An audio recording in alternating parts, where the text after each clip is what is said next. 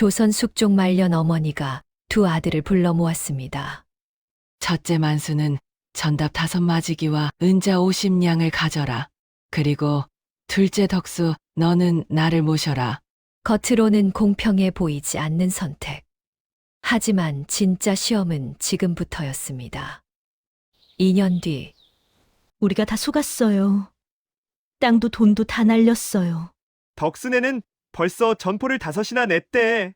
도대체 할머니는 무엇을 남긴 걸까요? 돈일까요? 아니면 평생 사라지지 않는 어떤 것이었을까요? 이 이야기를 끝까지 보시면 진짜 재산이 무엇인지 알게 됩니다. 주옥 같은 야담 이야기, 주옥 야담을 계속 이어가기 위해 여러분의 응원이 필요합니다. 구독과 좋아요 잊지 말고 꼭 부탁드립니다. 숙종 말년 개성송악산 자락에 자리한 작은 마을에 박씨 할머니가 살고 있었습니다. 남편을 여인 지 10년이 넘었고 두 아들은 각각 장가를 들어 제 살림을 꾸리고 있었지요. 할머니는 혼자 사는 집이 너무 크다며 작은 초가로 옮겨 살았는데 마을 사람들은 그 집이 너무 초라해 보여 안타까워했습니다. 어느 봄날 아침 할머니는 두 아들을 불러 모았습니다. 큰아들 만수는 한양에서 옷감 장사를 하며 제법 돈을 모았고 작은아들 덕수는 밭농사를 지으며 검소하게 살았습니다. 두 아들이 어머니 앞에 무릎을 꿇고 앉자 할머니는 천천히 입을 열었습니다. 이제 내 나이도 60을 훌쩍 넘겼으니 너희 아버지가 남긴 것을 정리할 때가 된 것 같구나. 큰아들 만수의 눈이 반짝였습니다. 어머니가 가난하게 사시는 줄 알았는데 혹시 숨겨둔 재산이 있는 것은 아닐까 하는 기대감이 들었습니다. 반면 작은아들 덕수는 그저 어머니의 얼굴만 바라보며 조용히 앉아 있었지요. 할머니는 방 안으로 들어가더니 낡은 나무 괴짝을 꺼내왔습니다. 그 안에서 두루마리 종이 몇 장이 나왔는데 바로 땅 문서였습니다. 큰아들 만수의 눈이 더욱 빛났고 작은아들 덕수는 그저 어머니의 얼굴만 바라보았습니다. 만수야, 너는 장남이니 이 땅 문서를 모두 가져가거라. 성 밖에 논성 마지기, 산 아래 밭두 마지기, 그리고 은자 50냥이 여기 있다. 만수는 얼른 문서를 받아들며 어머니께 절을 올렸습니다. 어머니 고맙습니다. 잘 쓰겠습니다. 덕수야, 너는 이 어미를 모셔라. 그것이 내가 받을 몫이다. 마당에는 잠시 정적이 흘렀습니다. 덕수는 잠시 당황했지만 이내 고개를 끄덕이며 말했습니다. 네, 어머니. 당연한 도리입니다. 할머니는 작은아들의 손을 꼭 잡았습니다. 그 손은 거칠었지만 따뜻했습니다. 사흘 후 큰아들 만수는 받은 땅 문서와 은자를 들고 신이 나서 집으로 돌아갔습니다. 아내에게 그 소식을 전하자 큰며느리의 얼굴에 환한 미소가 번졌습니다. 여보, 이제 우리도 양반 대접받고 살 수 있겠어요. 이 땅을 팔아서 한양에 큰 점포를 하나 더 내면 돈이 물 들어오듯 할 거예요. 만수는 아내의 말에 고개를 끄덕였습니다. 그는 어머니보다 장사와 돈에 더 관심이 많은 사람이었습니다. 그날 밤 큰며느리는 비단 주머니에서 은자를 꺼내 하나하나 세어보았습니다. 50냥이 정확히 맞았습니다. 그녀는 이미 머릿속으로 계산을 하고 있었습니다. 이 돈으로 비단 옷 한 벌을 사고 장신구도 몇 개 마련하고 나머지는 점포 확장에 쓰면 되겠다는 생각이었습니다. 한편 작은아들 덕수는 집으로 돌아와 아내에게 어머니의 결정을 전했습니다. 작은 며느리는 잠시 놀란 표정을 지었지만 이내 환한 미소를 지으며 말했습니다. 여보, 그게 당연한 일 아닌가요? 어머님을 모시는 것이 우리 도리지요. 하지만 형님은 땅과 은자를 받았는데 재산이고 뭐고 중요하지 않아요. 어머님께서 편히 계시게 해드리는 게 제일 중요하지요. 덕수는 아내의 말에 마음이 따뜻해졌습니다. 이튿날 덕수는 손수레를 끌고 어머니 댁으로 갔습니다. 작은 며느리는 깨끗한 이불 보따리를 들고 함께 갔지요. 할머니의 초라한 집에 도착하자 작은 며느리는 먼저 마당을 쓸고 부엌을 정리했습니다. 어머님, 저희 집이 좁기는 하지만 방 하나는 어머님께 드릴 수 있습니다. 편히 계십시오. 아이고, 미안하구나.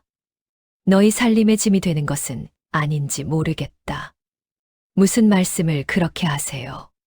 저희가 모시는 것이 자식된 도리 아니겠습니까? 할머니는 작은 며느리의 정성을 보며 마음이 따뜻해졌습니다. 그녀는 속으로 생각했습니다. 이 아이는 진심으로 나를 섬기는구나. 보름이 지난 어느 날, 큰 며느리가 시어머니를 찾아왔습니다. 그녀는 화려한 치마 저고리를 입고 있었는데 새로 산 옷이 분명했습니다. 할머니는 작은 텃밭에서 상추를 뜯고 있었습니다. 어머님, 안녕하세요. 오, 큰 며느리 왔구나. 무슨 일이냐? 그냥 어머님 얼굴이 보고 싶어서요. 큰 며느리는 그렇게 말했지만 눈은 집 안팎을 계속 훑고 있었습니다. 혹시 또 다른 재산이 숨겨져 있지 않을까 하는 생각 때문이었습니다. 그녀는 마루에 앉아 치맛자락만 만지작거렸고 시어머니를 도우려는 생각은 전혀 하지 않았습니다.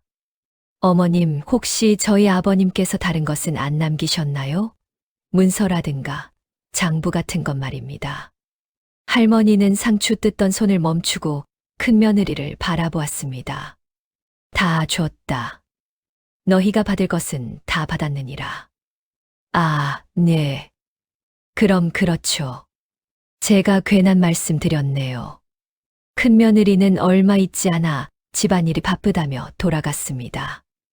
마당도 쓸지 않고 텃밭에 풀도 뽑지 않고 그냥 갔습니다. 할머니는 그 뒷모습을 바라보며 깊은 한숨을 쉬었습니다. 그날 오후 작은 며느리가 찾아왔습니다. 그녀는 직접 담근 딱두기를 항아리째 들고 왔습니다. 어머님, 이거 맛있게 담갔어요. 드셔보세요. 아이고, 너희 집도 넉넉지 않을 텐데 이걸 다 가져오면 어떡하니? 저희는 또 담그면 되지요. 어머님께서 맛있게 드시는 게 더 중요하지 않겠어요. 작은 며느리는 인사도 하기 전에 먼저 호미를 들고 텃밭으로 갔습니다. 무릎을 꿇고 앉아 풀을 뽑기 시작했습니다. 땀이 이마에 송글송글 맺혔지만 그녀는 계속 풀을 뽑았습니다. 할머니는 그 모습을 말없이 지켜보며 고개를 끄덕였습니다. 해가 질 무렵 작은 며느리가 돌아간 후 할머니는 방 안에서 낡은 장부를 꺼냈습니다. 그 장부에는 두 아들의 이름이 적혀 있었고 그 옆에는 며느리들의 행동이 빼곡히 기록되어 있었습니다. 할머니는 붓을 들어 그날의 일도 기록했습니다. 한 달이 지나고 여름 장마가 시작되었습니다. 할머니가 사는 작은 초가의 지붕은 여기저기 구멍이 나서 비가 새기 시작했습니다. 마을 이장이 찾아와 걱정스러운 목소리로 말했습니다. 할멈, 이 지붕을 빨리 고치셔야겠습니다. 큰 비라도 오면 집이 무너질 수 있어요.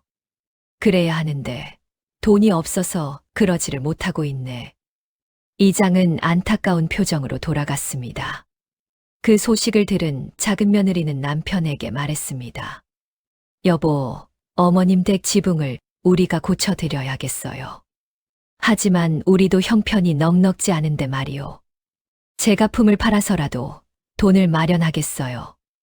어머님께서 비 맞으며 사시면 안 되잖아요. 작은 며느리는 이튿날부터 마을 부잣집에 가서 바느질 품을 팔았습니다. 새벽부터 밤늦게까지 일하여 사흘 만에 지붕을 고칠 돈을 마련했습니다. 그녀는 직접 목수를 찾아가 부탁했고 목수는 작은 며느리의 정성에 감동하여 값을 깎아주었습니다. 나흘 후 할머니의 지붕은 새 기와로 말끔히 수리되었습니다. 할머니는 작은 며느리의 손을 꼭 잡으며 눈시울을 붉혔습니다. 고맙다, 며느리야. 내가 없었으면 나는 어쩔 뻔했니. 어머님, 이게 무슨 말씀이세요? 제가 해야 할 일을 한 것뿐입니다. 그런데 이틀 후 큰며느리가 마을 아낙네 둘을 데리고 할머니를 찾아왔습니다. 그녀는 새로 고쳐진 지붕을 보더니 큰 소리로 말했습니다. 어머님, 제가 품을 마련해서 목수를 불렀어요. 지붕이 잘 고쳐졌죠. 마을 아낙네들은 큰며느리의 말을 듣고 칭찬했습니다. 역시 큰며느리가 효부구만. 시어머니를 이렇게 잘 모시다니. 큰아들 내가 복 받을 거야. 할머니는 아무 말 없이 그 모습을 지켜보았습니다. 큰며느리는 아낙네들과 함께 웃으며 떠들다가 잠시 후 돌아갔습니다. 그날 밤 할머니는 장부를 펼쳐 다시 기록했습니다. 닷새 후 장터에 나간 할머니는 우연히 그 목수를 만났습니다. 할멈, 그 지붕은 작은 며느리께서 품을 파서 돈을 마련하셨다면서요? 참 기특한 며느리를 두셨습니다. 그래, 작은 며느리가 고생을 많이 했지. 그런데 마을에서는 큰 며느리가 했다는 소문이 도네요. 참 이상한 일입니다. 할머니는 쓴웃음을 지으며 고개를 끄덕였습니다. 모든 것을 알고 있었지만 아직 때가 아니라고 생각했습니다. 가을이 되자 마을에 이상한 소문이 돌기 시작했습니다. 할머니가 사실은 엄청난 재산을 숨겨두었다는 것이었습니다. 망한 것처럼 보였던 남편의 장사가 사실은 성공했고 금은보화를 어딘가에 묻어두었다는 이야기였습니다. 이 소문을 들은 큰아들 만수는 아내와 함께 즉시 시어머니를 찾아갔습니다. 큰며느리의 눈빛은 탐욕으로 빛나고 있었습니다. 어머님, 마을의 소문이 자자합니다. 정말 숨겨둔 재산이 있으신가요? 헛소문이다. 내가 무슨 재산이 있겠니? 하지만 사람들이 모두 그렇게 말합니다. 혹시 금이나 은을 어디 묻어두신 건 아니신가요? 큰며느리는 방 안팎을 샅샅이 뒤지기 시작했습니다. 부엌도 들여다보고 마루 밑도 살펴보았습니다. 할머니는 그저 조용히 그 모습을 지켜볼 뿐이었습니다.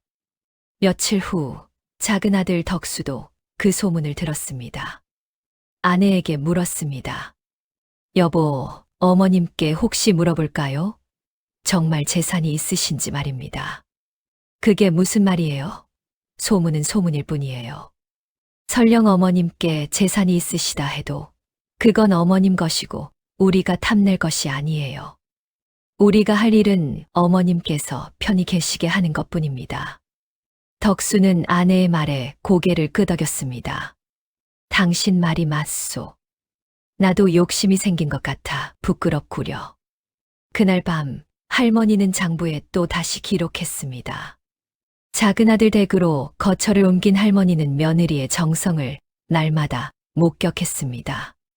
작은 며느리는 자신들이 먹을 밥보다 시어머니의 밥상을 먼저 차렸습니다. 가장 좋은 쌀로 지은 밥과 정성껏 끓인 국, 직접 담근 김치를 시어머니께 드렸습니다. 어느 날 저녁 할머니는 부엌에서 며느리가 남은 누룽지로 끼니를 때우는 것을 보았습니다. 가슴이 아팠습니다. 며느리야, 너는 왜 제대로 된 밥을 먹지 않느냐? 어머님, 저희는 젊으니까 괜찮아요. 누룽지도 맛있는 거요. 하지만 이렇게 하면 몸이 상하지 않겠니? 어머님, 걱정 마세요. 저희는 이렇게 사는 게 행복합니다.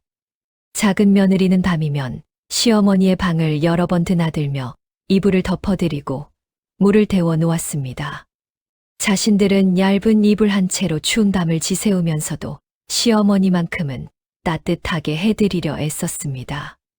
어느 날 마을 잔치에서 떡을 얻어온 작은 며느리는 그것을 고스란히 시어머니께 드렸습니다.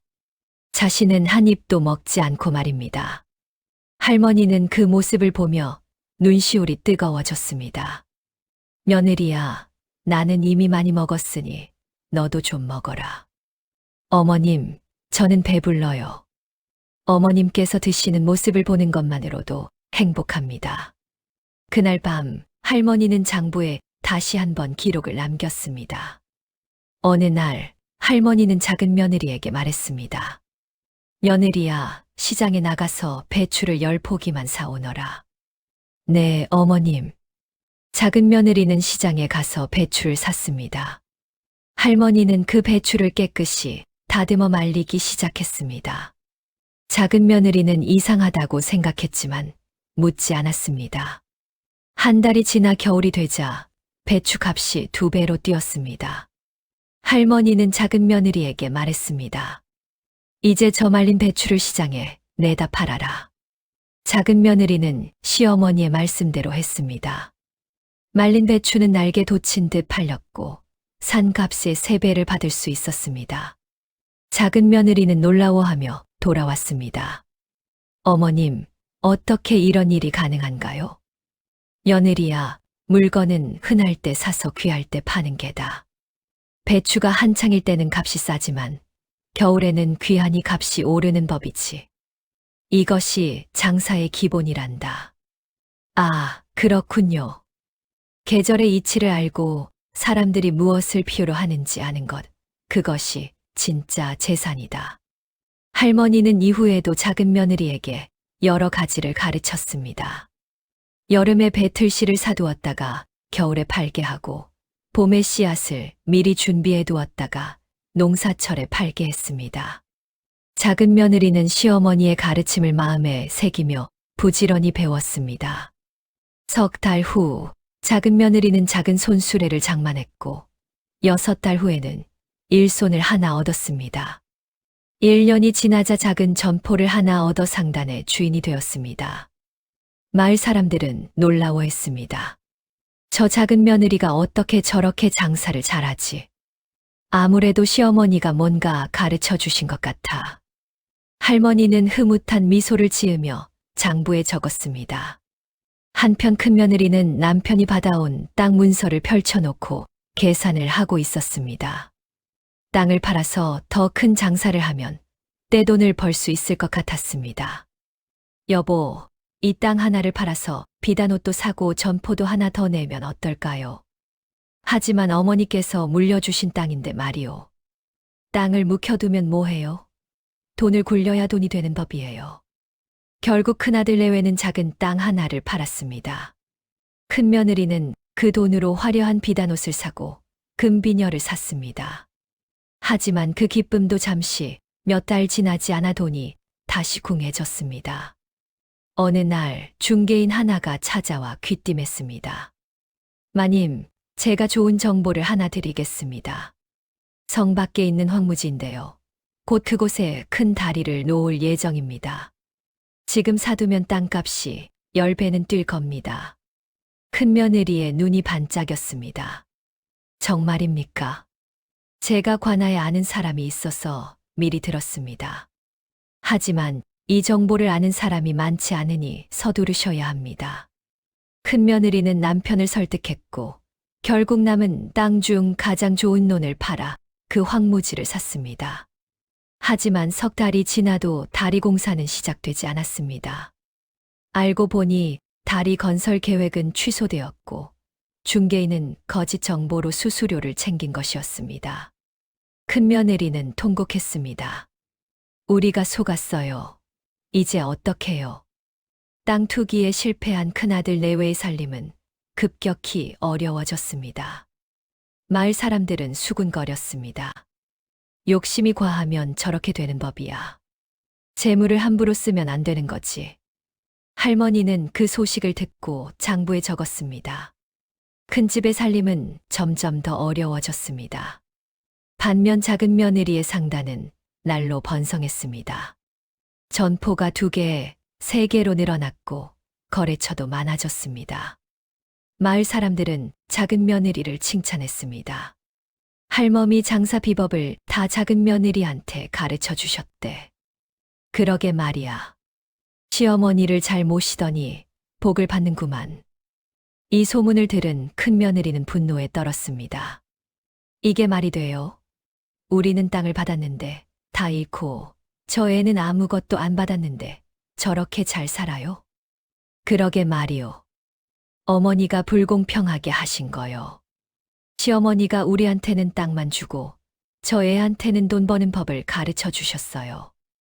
이건 공평하지 않아요. 큰 며느리의 질투심은 날로 커져갔습니다.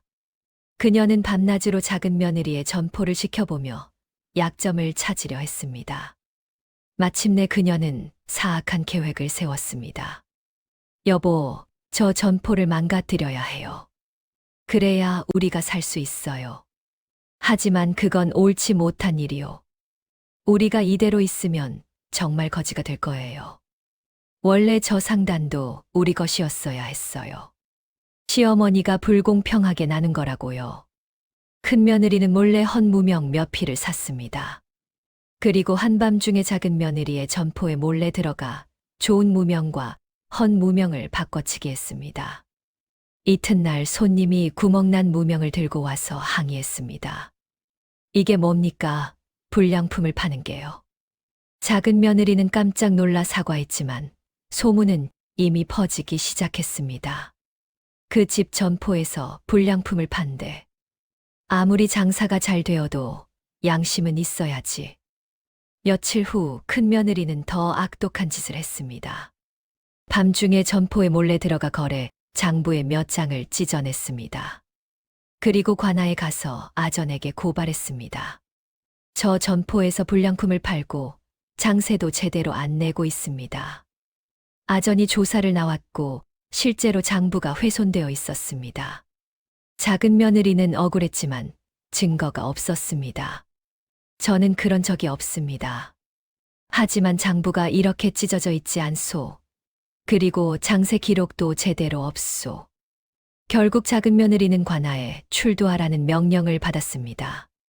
거래처들은 모두 발을 빼기 시작했고 손님들도 발길을 끊었습니다. 상단은 큰 위기에 처했습니다.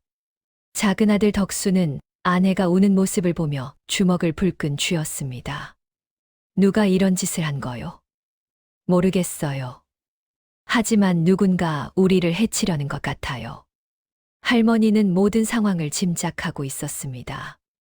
그녀는 이미 몇 달 전부터 점포 근처 노점상에게 부탁해 밤마다 누가 다녀가는지 지켜보게 했습니다. 또한 점포 문틈에 몰래 재를 뿌려두었는데 침입자의 발자국이 선명히 남아 있었습니다. 할머니는 관아로 가서 아전에게 모든 증거를 제시했습니다. 이것을 보십시오. 작은 며느리가 장세를 낸 기록이 여기 다 있습니다. 제가 따로 보관해둔 장부입니다. 오, 이건 확실한 증거입니다.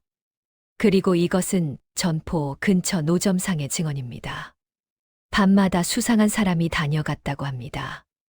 그 사람의 인상착의가 여기 적혀 있습니다. 아전은 그 증언을 보고 큰 며느리를 조사하기 시작했습니다. 결국 큰 며느리의 옷에서 점포 문틈의 재와 같은 재가 발견되었고 그녀가 산 헌무명의 흔적도 드러났습니다. 진실이 밝혀지자 마을 사람들은 경악했습니다. 큰 며느리가 그런 짓을 했다니, 시동생 며느리를 모함하다니, 세상에 그런 악독한 사람이 있나. 작은 며느리는 모든 혐의를 벗었고 거래처 주인들이 다시 찾아와 사과했습니다. 미안합니다. 저희가 오해를 했습니다. 다시 거래하고 싶습니다. 할머니는 작은 며느리의 손을 잡고 말했습니다. 네, 잘못이 아니다. 누군가 너를 해하려 한 것이다. 하지만 진실은 언젠가 드러나는 법이란다. 할머니는 다시 두 아들을 불러 모았습니다. 큰아들 내외는 고개를 들지 못했고 작은 아들 내외는 어머니를 걱정스럽게 바라보았습니다. 내가 재산을 나눈 지 2년이 되었구나. 어머니, 그동안 편찮으신 데는 없으셨습니까? 만수야, 너는 땅과 은자를 받았다. 그것들은 어디에 있느냐? 큰아들은 대답하지 못했습니다. 다 날려버렸기 때문입니다. 덕수야, 너는 무엇을 받았느냐? 저는 어머니를 모시는 복을 받았습니다. 할머니는 작은 며느리의 손을 잡았습니다. 아니다. 너는 가장 큰 것을 받았다. 바로 길을 받은 것이다. 길이라니요. 물건은 흔할 때 사서 귀할 때 파는 것, 계절을 따르고 사람이 필요한 것을 아는 것, 정직하게 장사하는 것, 이것들이 진짜 재산이다. 돈은 쓰면 없어지지만 길은 평생 남는단다. 할머니는 큰아들에게 말했습니다. 만수야, 내가 너에게 땅을 준 것은 시험이었다. 내가 재물을 어떻게 쓰는지, 욕심을 어떻게 다스리는지 보고 싶었다. 하지만 너는 욕심에 눈이 멀어 모든 것을 잃었구나. 큰아들은 눈물을 흘리며 고개를 숙였습니다. 어머니, 죄송합니다. 덕수야, 내가 너에게 나를 모시라고 한 것도 시험이었다. 아무것도 없어도 어떻게 사는지, 남을 어떻게 대하는지 보고 싶었다. 그런데 내 며느리는 진심으로 나를 섬기고 배울 줄 알았다. 그래서 너희는 가장 큰 복을 받은 것이다. 할머니는 마지막으로 숨겨두었던 괴짝을 열었습니다. 그 안에는 은자 100냥과 땅 문서 여러 장이 들어 있었습니다. 이것은 내 아버지가 정말로 남긴 재산이다. 나는 이것을 지금까지 숨겨두었다. 그리고 오늘부터 이 작은 며느리가 이 집안의 안주인이다. 이 재산은 모두 작은 며느리에게 맡긴다.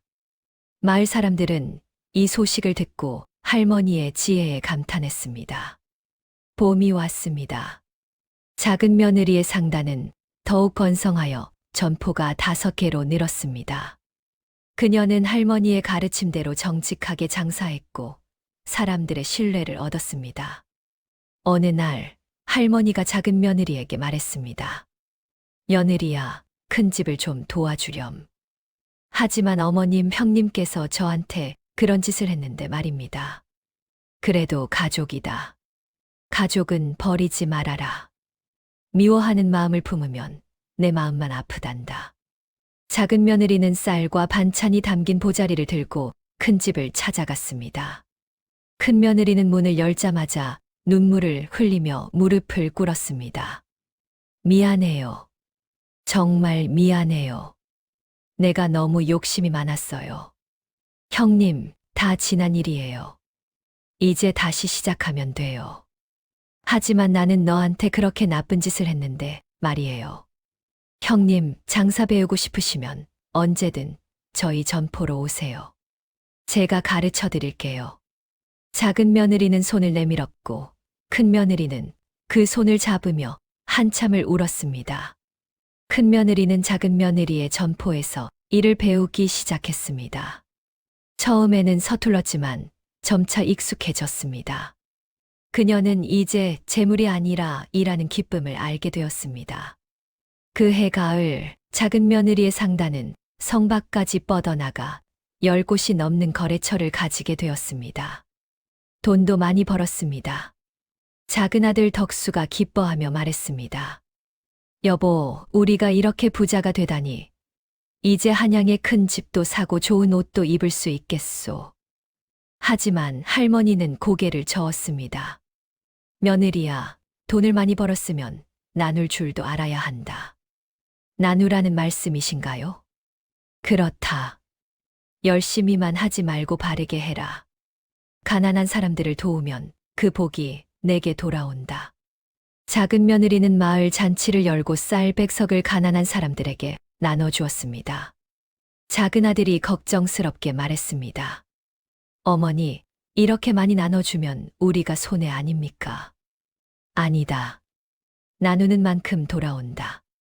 사람들이 내 은혜를 기억하고 내 상단을 믿게 될 것이다. 그것이 진짜 재산이란다. 할머니의 말대로 작은 며느리의 상단은 더욱 번성했습니다. 사람들은 그녀의 인심을 칭찬했고 더 많은 손님이 찾아왔습니다. 그로부터 5년이 흘렀습니다. 할머니는 이제 70을 넘겼고 작은 며느리는 마을에서 가장 존경받는 상인이 되었습니다. 큰 며느리도 변화하여 이제는 정직하게 일하며 살고 있었습니다. 어느 봄날 할머니는 두 아들과 며느리들을 모두 불러 모았습니다. 내가 이제 얼마 남지 않은 것 같구나. 어머님, 무슨 말씀을 그렇게 하세요? 아니다. 나는 알고 있다. 그래서 마지막으로 너희에게 해줄 말이 있다. 할머니는 작은 며느리의 손을 잡았습니다. 며느리야, 내가 너에게 준 것이 무엇이냐? 장사하는 법을 가르쳐 주셨습니다. 아니다. 내가 너에게 준 것은 사람을 보는 눈이다. 물건의 가치를 아는 것도 중요하지만 사람의 가치를 아는 것이 더 중요하다. 정직한 사람, 성실한 사람, 그런 사람들과 함께하면 너는 평생 망하지 않는다. 그리고 큰며느리에게 말했습니다.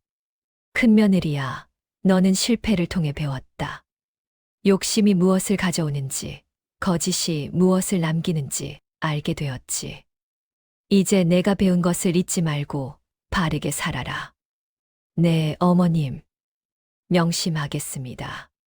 할머니는 두 며느리를 번갈아 보며 미소를 지었습니다. 재산은 두 가지다. 하나는 땅이고 돈이다. 이것은 쓰면 없어진다. 다른 하나는 길이고 사람이다. 이것은 평생 남는다. 너희는 이제 알겠느냐? 네, 어머님. 며칠 후 할머니는 편안히 눈을 감았습니다. 마을 사람들은 그녀의 지혜를 오래도록 기억했습니다. 작은 며느리는 시어머니의 가르침대로 평생을 살았습니다. 정직하게 장사하고 어려운 사람을 도우며 가족을 소중히 여겼습니다. 그녀의 상단은 대대로 번성했고 자손들도 모두 바르게 자랐습니다. 큰 며느리 역시 변화된 삶을 살았습니다. 욕심을 버리고 성실하게 일했으며 작은 며느리와 화목하게 지냈습니다. 두 집안은 서로 돕고 의지하며 평화롭게 살았습니다. 마을 사람들은 이 이야기를 자손들에게 전했습니다. 땅과 돈은 욕심으로 잃을 수 있지만 길과 사람은 평생 남는다는 것을, 진짜 재산이 무엇인지 잊지 말라고 말입니다. 그렇게 할머니의 지혜는 100년이 넘도록 전해졌고 많은 이들에게 삶의 교훈을 주었습니다.